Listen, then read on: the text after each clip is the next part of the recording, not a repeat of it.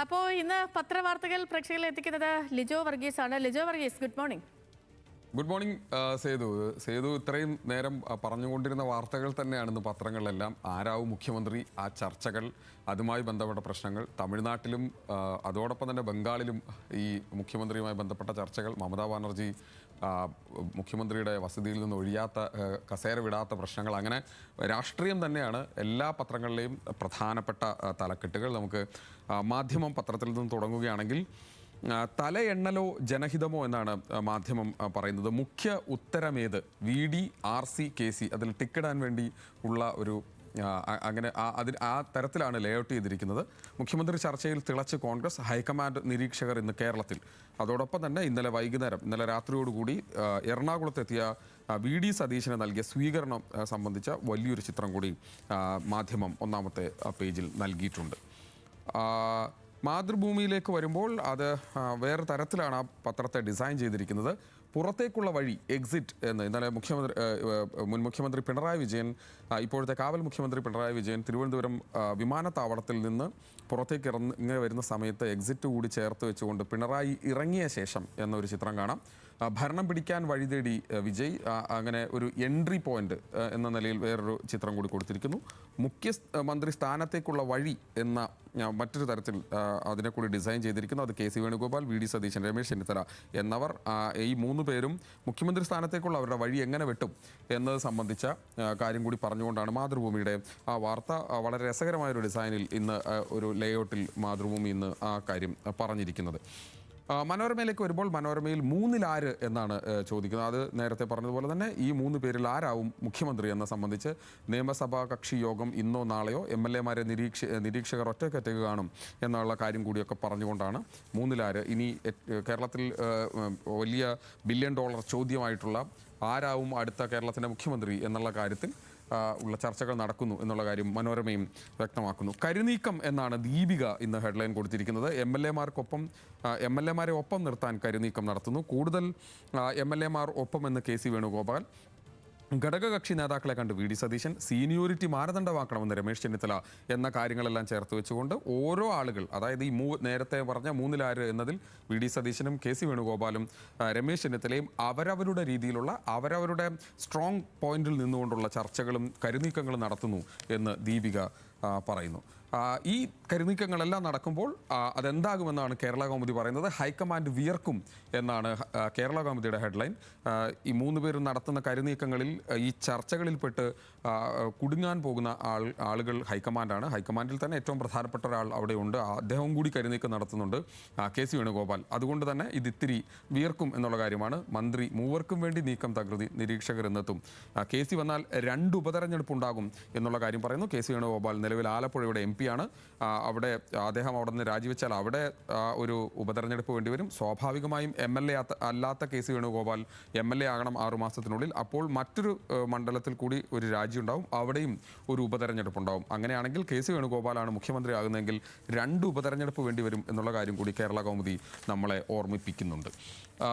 അതിനുശേഷം മറ്റു പത്രങ്ങളിലേക്ക്, മറ്റ് സംസ്ഥാനങ്ങളിലെ വാർത്തകളിലേക്ക് വന്നാൽ മാതൃഭൂമി പറയുന്ന തമിഴ് നാടകം എന്നാണ്. കൂട്ടുകക്ഷി സർക്കാർ വരും. വിജയ് നാളെ സത്യപ്രതിജ്ഞ ചെയ്തേക്കും. TVK പ്രതീക്ഷിക്കുന്ന കക്ഷികളും സീറ്റും, കോൺഗ്രസിൻ്റെ 5 സീറ്റ് അത് അവർ ഇപ്പോൾ തന്നെ അതിനുള്ള തീരുമാനം എടുത്തു കഴിഞ്ഞിട്ടുണ്ട്. CPM-ൻ്റെ 2 സീറ്റുണ്ട്, CPI-ക്ക് 2 സീറ്റുണ്ട്, VCK-ക്ക് 2 സീറ്റുണ്ട്, മുസ്ലിം ലീഗിന് 2 സീറ്റുണ്ട്, DMDK-ക്ക് 1 സീറ്റുണ്ട്, PMK-ക്ക് 4 സീറ്റുണ്ട്. ഇത്രയും സീറ്റുകൾ ചേർന്നാൽ കണക്ക് എഴുതി കൂട്ടിയാൽ 107 സീറ്റുള്ള ഇപ്പോഴത്തെ TVK, വിജയുടെ പാർട്ടി, അതിൻ്റെ കൂടെ 5 സീറ്റ് ഇപ്പോൾ കോൺഗ്രസ് കൊടുക്കാമെന്ന് പറഞ്ഞത്, അങ്ങനെ 112.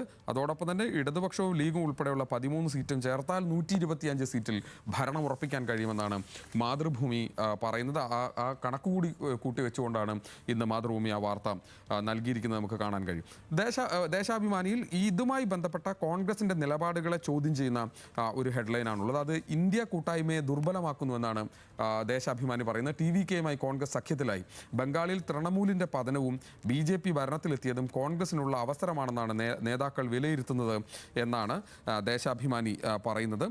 TVK പക്ഷത്തേക്ക് DMK ഒഴിവാക്കി കോൺഗ്രസ് കൂറുമാറി. TVKക്ക് ഉപാധികളോടെ പിന്തുണ നൽകാൻ തമിഴ്നാട് PCC ചൊവ്വാഴ്ച രാത്രി തീരുമാനമെടുത്തു എന്നുള്ളതാണ്. അധികാരത്തിന് വേണ്ടി DMKയെ വഞ്ചിച്ച കോൺഗ്രസ് ബംഗാളിൽ തൃണമൂലിൻ്റെയും കേരളത്തിൽ ഇടതുപക്ഷത്തിൻ്റെയും തോൽവി ആഘോഷിക്കുകയാണ്.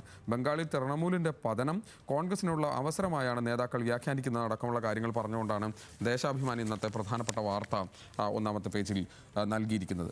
രാജിവെക്കില്ലെന്ന് മമത പറഞ്ഞ കാര്യം ജനയുഗം ഒന്നാമത്തെ വാർത്തയായി പത്രത്തിൽ നൽകുന്നു. ഇത് ജനവിധിയല്ല, ഗൂഢാലോചന. 100 സീറ്റുകളിൽ അട്ടിമറി നടന്നു, വോട്ടെണ്ണൽ കേന്ദ്രത്തിൽ മർദ്ദനമേറ്റു തുടങ്ങിയ കാര്യങ്ങൾ ഇന്നലെ മമതാ ബാനർജി വാർത്താ സമ്മേളനം വിളിച്ച് പറഞ്ഞ കാര്യങ്ങളാണ്. പശ്ചിമ ബംഗാളിൽ നാടകീയ നീക്കങ്ങൾ എന്ന പേരിൽ ജനയുഗം ഇന്ന് ഒന്നാമത്തെ പേജിൽ വാർത്തയാക്കുന്നത്. ഈ പ്രശ്നങ്ങളൊക്കെ നിൽക്കുമ്പോൾ നമ്മൾ എങ്ങനെ തോറ്റു എന്നത് സംബന്ധിച്ച കാര്യങ്ങളിലേക്ക് CPM കടക്കുന്നു എന്നുള്ളതാണ് ഇന്നത്തെ മംഗളത്തിലെ ഏറ്റവും പ്രധാനപ്പെട്ട വാർത്ത. എങ്ങനെ ചോർന്നു? തോൽവി പഠിക്കാൻ CPM, പാർട്ടിയിലെ വോട്ട് ചോർച്ച അന്വേഷിക്കാൻ CPM, കമ്മീഷൻ കണക്കുകൾ പാളിയെന്നും പാർട്ടി വിലയിരുത്തൽ. കണ്ണൂരിൽ പിണറായിക്കും ഗോവിന്ദനുമെതിരെ ഫ്ലെക്സ്, പരാജയ കാരണം ഭരണവിരുദ്ധ വികാരമെന്ന് CPI എന്ന അടക്കമുള്ള കാര്യങ്ങൾ വെച്ചുകൊണ്ടാണ് മംഗളം ഇന്ന് ഒന്നാമത്തെ പേജിൽ വാർത്ത നൽകിയിരിക്കുന്നത്. സ്വാഭാവികമായും LDF അധികാരത്തിൽ നിന്ന് പുറത്തു പോയതോടുകൂടി കിഫ്ബിയുടെ CEO KM എബ്രഹാം രാജിവെച്ചു. അതിന് വീക്ഷണം നൽകിയിരിക്കുന്ന ഹെഡ്ലൈൻ പിടിച്ചിറക്കും മുമ്പ് പടിയിറങ്ങിയെന്നാണ്. അഴിമതി കേസുകളിൽ അന്വേഷണം എത്തും മുൻപ് രാജി, താൽക്കാലിക ചുമതല മിനി ആന്റണിക്ക് എന്നുള്ള കാര്യം വീക്ഷണം പറയുന്നു. അപ്പോൾ ആ തരത്തിലുള്ള കേസുകളും കാര്യങ്ങൾ കൂടി വരുന്നു എന്നാണ് വീക്ഷണം പറഞ്ഞു വെക്കുന്നത്. ഇനിയിപ്പോൾ മാതൃഭൂമിയിൽ മറ്റൊരു കൗതുക വാർത്ത കൂടിയുണ്ട്. മുഖ്യമന്ത്രി പിണറായി വിജയൻ ഇന്നലെ മുൻ മുഖ്യമന്ത്രി പിണറായി വിജയൻ ഇന്നലെ അദ്ദേഹം വിമാനത്താവളത്തിൽ നിന്ന് തിരിച്ചു പോയ വാഹനം, അതായത് മുഖ്യമന്ത്രി സ്ഥാനം രാജിവെച്ച ശേഷം തലസ്ഥാനത്തെത്തിയ പിണറായി വിജയനെ ക്ലിഫ് ഹൗസിൽ എത്തിച്ച പാർട്ടി സെക്രട്ടറിയുടെ കാറിന് നാടൊട്ടുക്ക് ഗതാഗത നിയമലംഘനത്തിന് പിഴ എന്നാണ്. KL1 CR 4291 എന്ന ഇന്നോവ ക്രിസ്റ്റയ്ക്ക് 2023 ശേഷം സംസ്ഥാനത്ത് വിവിധയിടങ്ങളിലായി 18 തവണ പിഴ ചുമത്തിയിട്ടുണ്ട്. ഇതിൽ ഒന്നുപോലും അടച്ചിട്ടില്ല. വിവിധ കേസുകളിൽ 13,750 രൂപയാണ് പിഴയായിട്ട് അടയ്ക്കേണ്ടത്. CPM സംസ്ഥാന secretary MV Govindan seat belt ധരിക്കാതെ കാറിന്റെ മുൻസീറ്റിൽ യാത്ര ചെയ്യുന്ന ചിത്രം ഗതാഗത വകുപ്പിന്റെ ക്യാമറയിൽ പതിഞ്ഞത് ആ ഒരു ചിത്രം കൂടി നൽകിക്കൊണ്ടാണ്, അതായത് മുൻസീറ്റിലിരുന്ന് സീറ്റ് ബെൽറ്റ് ഇടാതെ സഞ്ചരിച്ച ഇതിനുള്ള പിഴയാണ് ഇതെന്നാണ് മാതൃഭൂമി പറയുന്നത്. അതൊരു വാർത്തയെ ഉൾപേജിൽ മാതൃഭൂമി ഇന്ന് ഉൾപ്പെടുത്തിയിട്ടുണ്ട്. ചന്ദ്രികയിൽ പറയുന്നത് നേരത്തെ നമ്മൾ തൊട്ട് മുൻപ് ദേവൻ റിപ്പോർട്ട് ചെയ്ത പോലെ തന്നെ അടുപ്പ് കത്തില്ല എന്നാണ്. LPG വില വർധനവിനെതിരെ ഇന്ന് കടയടച്ച് പ്രതിഷേധിച്ച് വ്യാപാരികൾ എന്നുള്ള കാര്യമാണ് ചന്ദ്രിക ഇന്ന് ഒന്നാമത്തെ പേജിൽ പറയുന്നത്. ഇന്ന് ആളുകൾ വല്ലാതെ ബുദ്ധിമുട്ടാൻ പോകുന്ന ഒരു ദിവസമാണ്. പുറത്തിറങ്ങിയാൽ ചൂടുവെള്ളം കുടിക്കാൻ കഴിയാത്ത സാഹചര്യത്തിലേക്ക് കാര്യങ്ങൾ എത്തിയിരിക്കുന്നു എന്നുള്ളതാണ് ആ വാർത്ത മനസ്സിലാക്കാൻ കഴിയുന്നത്. മെട്രോ വാർത്തയിൽ മറ്റൊരു വാർത്തയുണ്ട്. അത് NGOയെ കുടഞ്ഞ് സുപ്രീം കോടതി എന്നാണ്. ശബരിമല യുവതീ പ്രവേശനവുമായി ബന്ധപ്പെട്ടാണ് ആ കാര്യം. ശബരിമലയിൽ യുവതീ പ്രവേശനം ആവശ്യപ്പെട്ട് പൊതുതാൽപര്യ ഹർജി സമർപ്പിച്ച NGO ഇന്ത്യൻ യങ് ലോയേഴ്സ് അസോസിയേഷനെതിരെ അതിരൂക്ഷ പരാമർശങ്ങളുമായി സുപ്രീം കോടതി.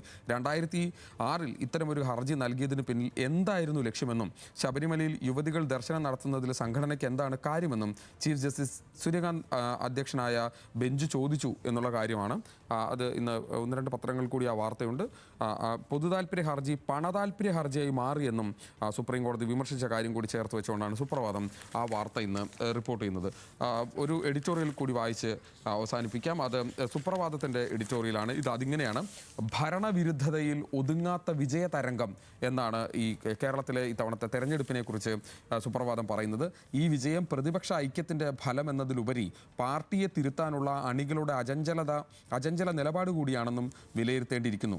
ഭരണപ്പേരിലുള്ള അഹങ്കാരം, ധാർഷ്ട്യം, ധിക്കാരം, അഴിമതി ആരോപണങ്ങൾ, സ്വജനപക്ഷപാതിത്വം, അധികാരത്തിൻ്റെ അമിത കേന്ദ്രീകരണം, ഇത്തരം പ്രവണതകളോടുള്ള പൊതുജനങ്ങളുടെയും പാർട്ടി അനുഭാവികളുടെയും വിയോജിപ്പുകൾ കൂടിയാണ് ഈ വിധി എന്ന് ചുരുക്കി പറയാം എന്നാണ്. ഈ തെരഞ്ഞെടുപ്പ് ഫലം ഒരു സർക്കാരിൻ്റെ പരാജയവും മറ്റൊന്നിൻ്റെ വിജയവും എന്നതിലുപരി ജനങ്ങളുടെ പ്രതീക്ഷകളും ആശങ്കയും ഒരുപോലെ പ്രകടമാക്കിയ ശക്തമായ സന്ദേശമാണ്. UDFന് ഇത് ഒരുപോലെ അവസരവും വെല്ലുവിളിയുമാണ്. നേടിയ വിശ്വാസം നിലനിർത്താൻ ഉത്തരവാദിത്വമുള്ള ഭരണവും ഏകോപിത പ്രവർത്തനവും അനിവാര്യമാണ്. സംഘടനാ രീതിയും നേതൃത്വ ശൈലിയും പുനഃപരിശോധിച്ച് ജനങ്ങളുമായി ബന്ധം പുനഃസ്ഥാപിക്കേണ്ടതുണ്ട്.